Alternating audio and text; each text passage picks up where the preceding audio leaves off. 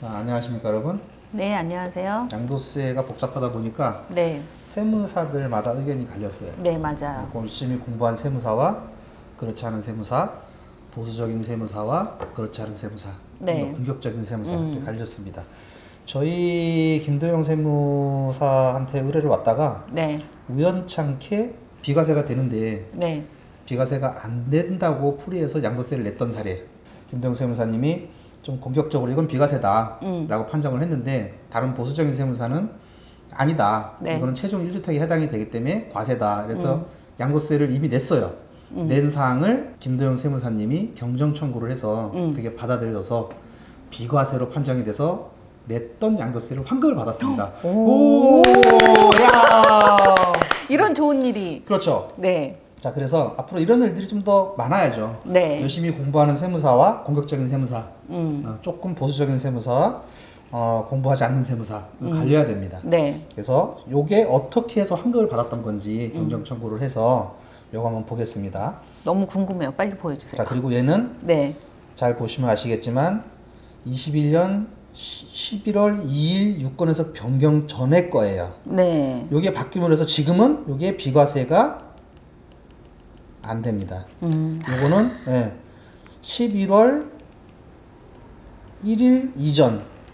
그 말 많고 탈 많은 그. 혹시 이때 비과세인데 과세로 하셨던 분들은 경정 청구를 하시면 됩니다. 네, 요런 분들은 저희 김도영 세무사님과 하고 같이 네, 경정 청구를 해서 받으시면 돼요. 근데 이 과정도 험난해요. 험난하죠. 자, 보겠습니다. 네, 어떤 일이 있었냐면 요것만 볼게요 한번. 자, 이분이 포천의 주택을 12년에 취득을 하셨고 14년에 하나를 더 취득하셨어요. 그런데 양주가 뜬다 그러니까 20년 7월 여기 20년 7월에 이편한 4차를 취득을 하셨습니다. 네, 그리고 나서 19년도에 대방 2차 분양권까지를 받으신 거예요. 네. 근데 요 분이 요 관계에서 요 이편한 4차 얘가 일시적 2주택에 해당이 되는지 어떻게 해당해야 되는지 그 다음에 비과세가 가능한지를 양도세 자문을 오셨던 분입니다. 그래서 요 두 개만 순수하게 보러 오신 거예요. 아, 그런데 여기에서 비과세가 하나 있었어요. 요 A와 B 사이에서 요 C 사이에서 하나가 비과세가 있었습니다. 이분은 완전 득템을 하고 가셨네요. 그래서 한번 보겠습니다. 네. 어떤 일이 있었냐면 요 분이 21년 4월에 요 비주택을 처분을 하셨어요. 비주택 먼저 처분하시고 양도세 납부하시고. 요렇게 처분을 하셨습니다. 네, 자, 그러면 A와 C와의 관계에서는 네, 얘가 일시적 2주택에 해당이 돼서 A는 비과세예요, 원래. 그렇군요. 근데 음, 이때 말이 많았죠. 네, 말이 엄청 많았던 거예요. 이게 최종 1주택에 들어간다, 안 들어간다.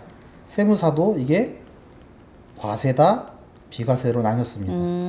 그런데 저희 김도영 세무사님께서는 아니다. 얘는 비과세가 돼야 맞다. 네. 근데 이분께서 이미 양도세까지 납부를 하셨어. 요 A주택을 처분을 하고 나서 얘는 원래 비과세인데 양도세까지 다 납부를 했는데 어떻게 혼자 한 게 아니라 다른 세무사를 통해서 네. 양도세를 납부를 하고 오셨습니다. 근데 잘 보면 요 지역분모사 한번 해볼게요. 요렇게 일단 얘는 분양권이잖아요. 그 얘 주택이 D는, 아니죠. 넌 나가 있어. 네. 그 일단 엑셀 쳐도 되죠. 지금 현재는. 얘는 나가 있어. 네. 자, 그리고 얘를 보면 일단은 B는 처분을 했으니까 얘는 없애버려요. 그렇죠. 그렇죠? 자, 그러면 주택은 얘도 일단 분양권이니까 없애버리면 그렇죠. 주택은 두 개밖에 없는 거예요, 지금. 네. 요거하고 요거하고. 그런데 얘가 20년에 취득을 했기 때문에 여기에서 몇 년 안에 일정한 기간 안에 A주택을 양도하면 네. 얘는 비과세인 거지. 근데 이게 최종 1주택. 네. 여기에 같이 휩쓸리면서 세무서들끼리도 의견이 분분했고 그리고 유권 해석이 나왔음에도 불구하고 이거를 못 본 세무사들이 있었어요. 그래서 그렇죠. 요 세무사분들께서는 이제 이거를 양도세 납부 대상으로 과세로 판단을 했죠. 그래서 요 A 주택을 다른 세무사님께서 과세한 거예요. 네. 네. 그런데 요게 김도영 세무사님께서 발견을 해서 요거를 경정 청구를 해서 환급을 받았습니다. 야, 진짜 좋은 일이네요. 이제 요거 이미 납부한 세금을 환급받는 절차가 좀 복잡하더라고. 경정 청구라고 해서. 남의 주머니에 들어간 돈을 빼오기 쉬운가? 이거 어떻게 했냐? 네. 이게 경정 청구 기간이 60일 내에요. 네.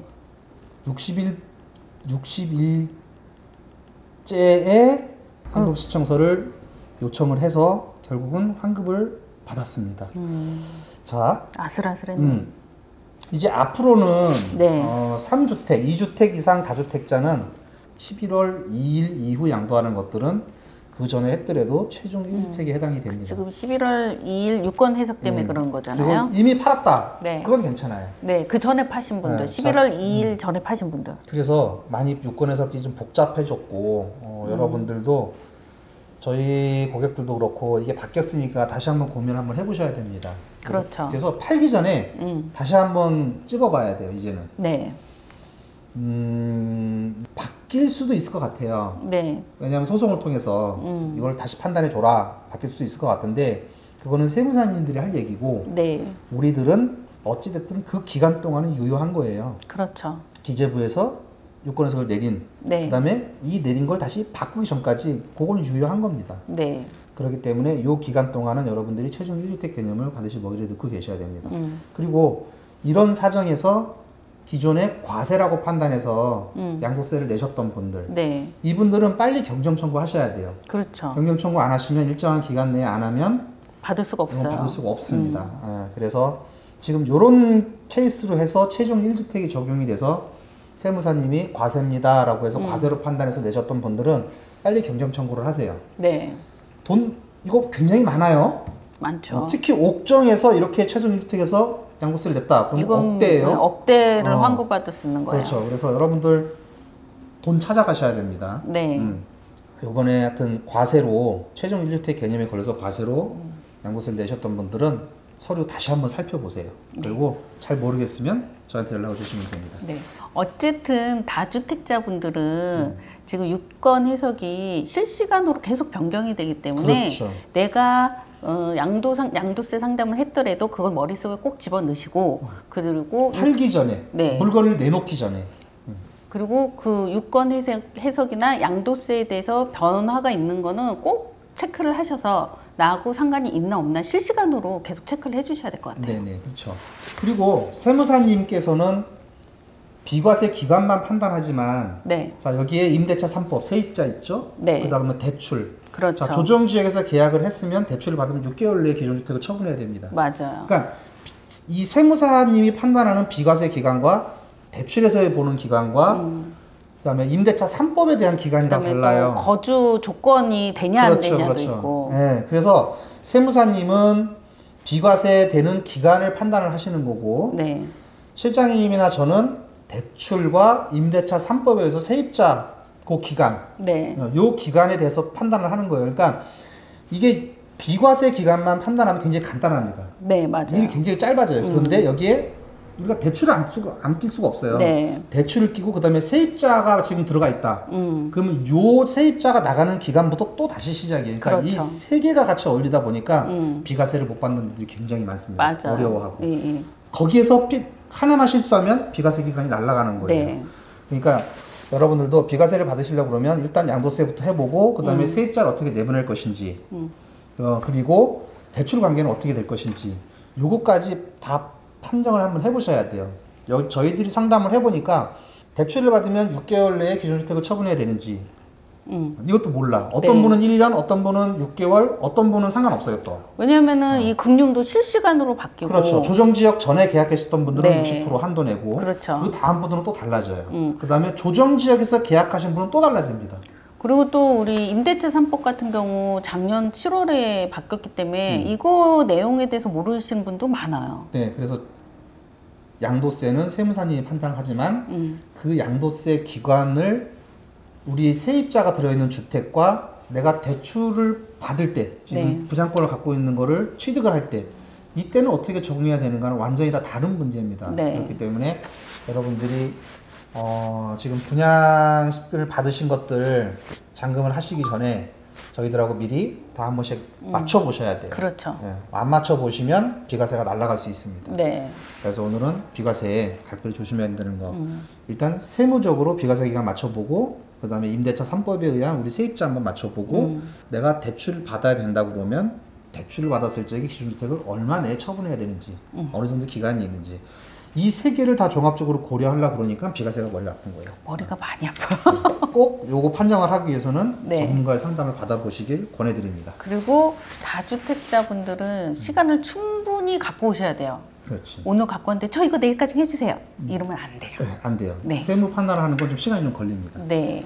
그리고 아까 말씀드렸지만 저희들은 대출이나 그 다음에 임대차 3법 네. 요거를 김도영 세무사님이 판단한 비과세 기간과 맞추는 거예요. 그렇죠. 네. 어떻게든지 맞춰야지 억대를 버는 거예요. 못 맞추면 억대 날아가는 겁니다. 그리고 이 기간을 충분히 주셔야지 김도용 세무사님이 어떻게 파서 해당 사항이 있어서 비과세를 받을 수 있는 점인지 알아볼 시간을 충분히 주셔야지 여러분한테도 좋은 혜택이 갈 수가 있어요. 이거 말고도 두 건이 더 있었어요. 네. 오피스텔을 주택으로 보지 않고 그것도 임대주택으로 등록된 건데 그거를 주택으로 안 보고 업무용으로 받더라고요. 네. 그게 하나가 있었고 그렇죠. 다른 게 하나 있었습니다. 그래서 우리가 생각하는 것과 실제 세법을 적용하는 건 전혀 다른 문제구나 라고 네. 하는 걸 깨달았죠. 자, 그래서 오늘은 여기까지 말씀을 드렸고 어쨌든 물건을 팔거나 물건을 새로 취득을 하려고 하시는 분들은 반드시 그 전에 계획을 잡아놓고 하셔야 됩니다. 네. 안 그러면 비과세가 날아가게 되니까. 그렇죠. 네, 그래서 오늘 여기까지 말씀드렸고요. 다음 시간에 다시 뵙겠습니다. 네.